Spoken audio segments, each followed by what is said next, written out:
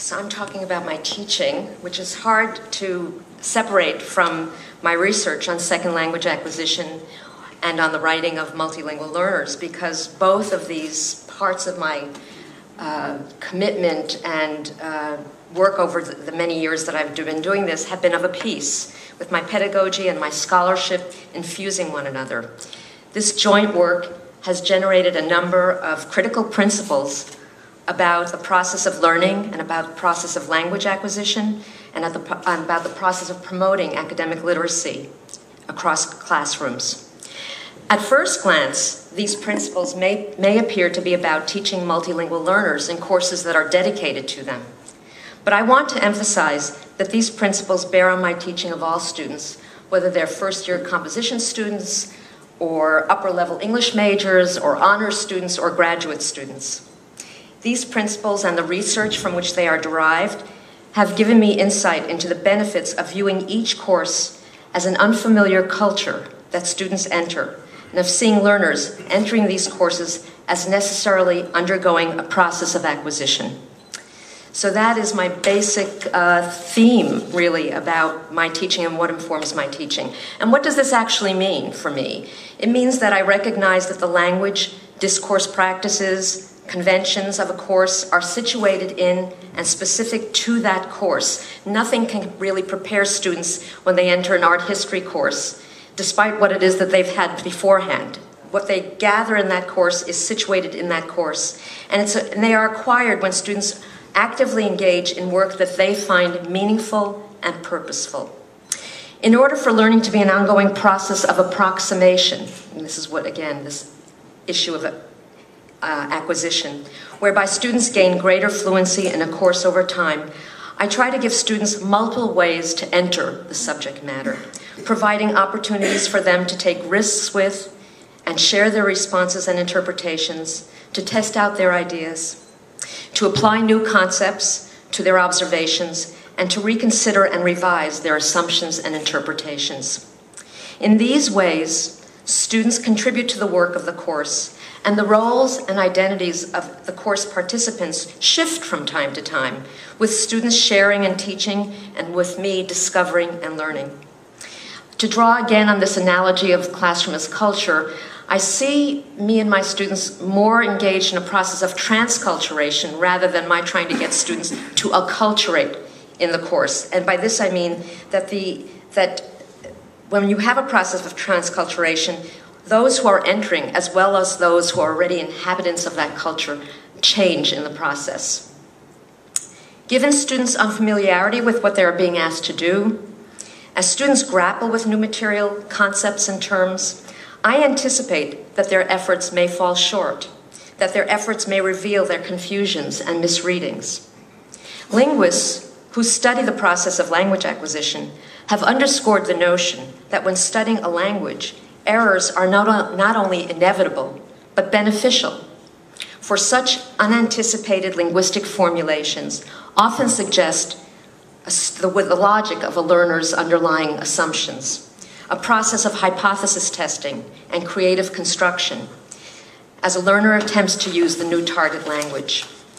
This is the kind of perspective that shapes my response to student struggles. I anticipate that such struggles are likely to occur.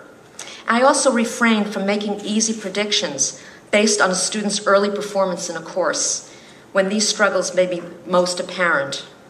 I trust that it is in the ongoing process of being immersed in the work of a course, and again, immersion in a culture of a course, that students will develop strategies and insights that will allow them to more easily negotiate that work. How does this process play out in my own teaching?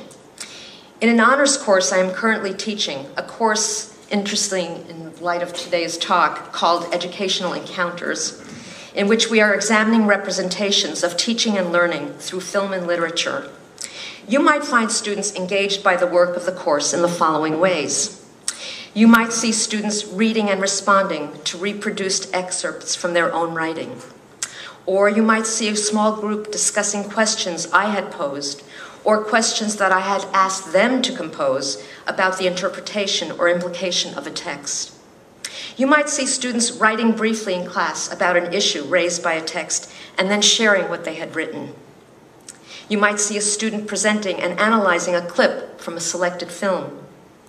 You might see students working in groups and recording themes or concepts on the blackboards all around the room, and then presenting their ideas to the rest of the class. You might see students reading aloud a passage that they found compelling or revealing, or one that they found elusive or confusing. And you would see me interacting with these students in any number of ways. I might be providing background context or specialized terms for naming the issues that they raise, or acknowledging and building on students' insights and observations, or asking them to provide evidence from the text to back up their assumptions, or to make their responses to a text more explicit. And I would be trying to demonstrate to them how going back into a text allows readers to reconsider and revise their initial readings, a practice which all of us engage in, especially when the text is particularly demanding. As you may be able to tell from these glimpses into the scenes from this classroom, writing plays a critical role, for it is not in furthering their thinking and learning, and making that thinking and learning possible. In my courses, writing is central, for not only does it represent a demonstration of what students have already learned, but comes to serve as the very means for their learning. I want students to have a first-hand understanding of what E.M. Forster meant when he famously said, "How do I know what I think until I see what I say?" It is in the process of writing that students make sense of and analyze text, figure out and generate ideas, contribute to the construction of knowledge in a course, and yes, acquire the language and terms of the course, as well as a growing confidence with using them.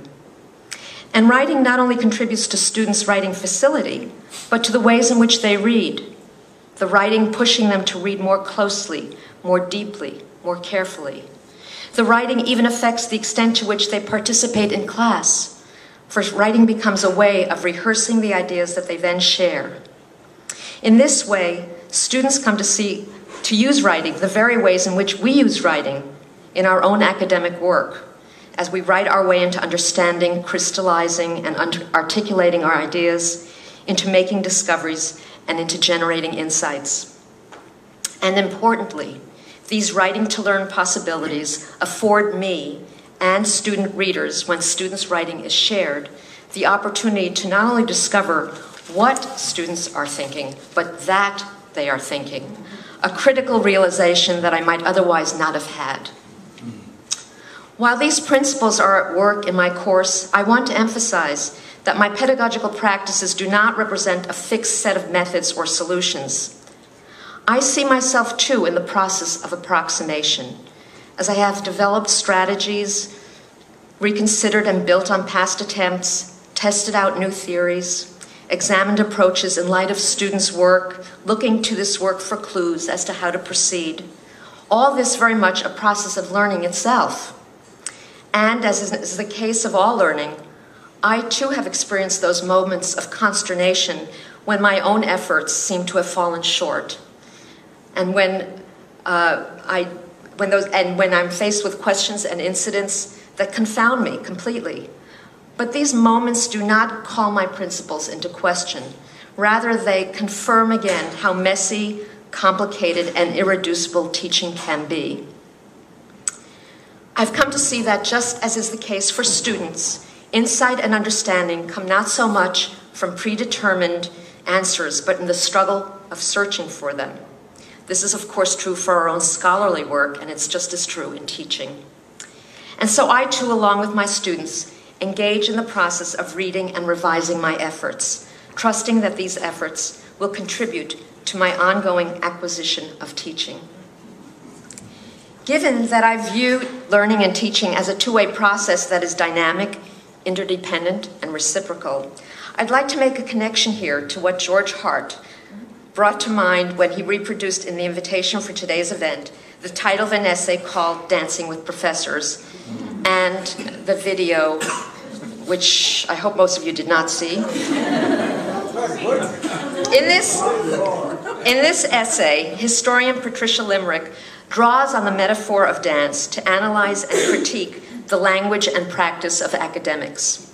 But I want to appropriate this metaphor and use it quite differently here, using it for the ways in which it can illuminate teaching and learning and letting us see it in new ways. Just as a course can be viewed as a culture in its own right, dance, too, can be viewed as a culture with its own choreography, rituals, and moves. And so, if we were to use the metaphor of dance to think about teaching and learning, what would this suggest? We would envision teachers and learners as engaged partners with one leading, guiding, and signaling the other. There would be ongoing opportunities to try out, practice, and approximate new moves. There would be a cycle of recursiveness as we would be moving back in order to go forward, looking for evidence that certain steps and moves are fluent and fluid before more complicated ones are introduced. We would encourage and applaud sustained efforts, even when these efforts are somewhat tentative and awkward.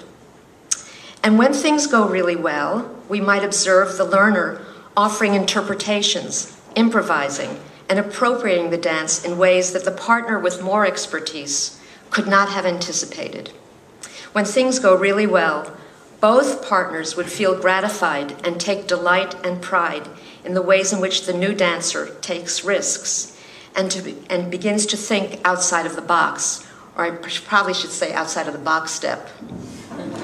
To extend the metaphor further, we would need to acknowledge as well that while learners may have demonstrated their growing facility with one dance, the process begins anew as they encounter a dance that is less familiar, one that requires a new language of moves.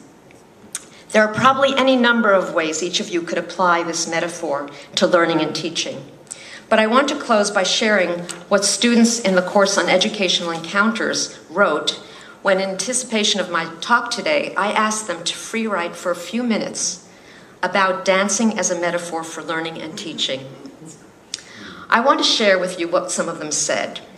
I started with the prompt, if dancing were a metaphor for teaching and learning, and here's what a number of them said.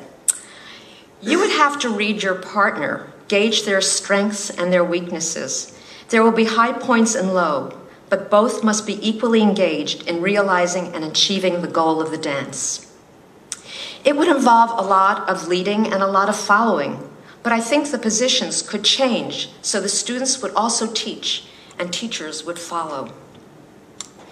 It would involve working together as one to make sure that the partners are in synchrony with one another. It would involve freedom and fluidity. It would involve trust in my partner. As a learner, I should never feel rushed, humiliated, or judged. When I finally learn the rhythm, then we can move into more complicated twists and turns. It would involve passion for what you're learning and pride in what you know and what you can learn. It involves the cooperation of two separate souls who combine their efforts as one in order for each step and movement to flow. It's okay to fail because that shows that you took a risk, that you are taking chances. You try, you stop, and you try again. There's no real failure unless you and your partner let go of your hope to dance together. And finally, it would be collaborative and negotiated, guided and critiqued. The ultimate product is sculpted, broadened, and transformed by the input of others, until the dance becomes something far more profound, complicated, and full of depth than it was originally. And this transformation affects all who are engaged in the process of co-creating. I love what these students had to say as they reflected on the dance of teaching and learning, inviting us to imagine entering our classrooms, extending our hands, and asking students, shall we dance? Thank you.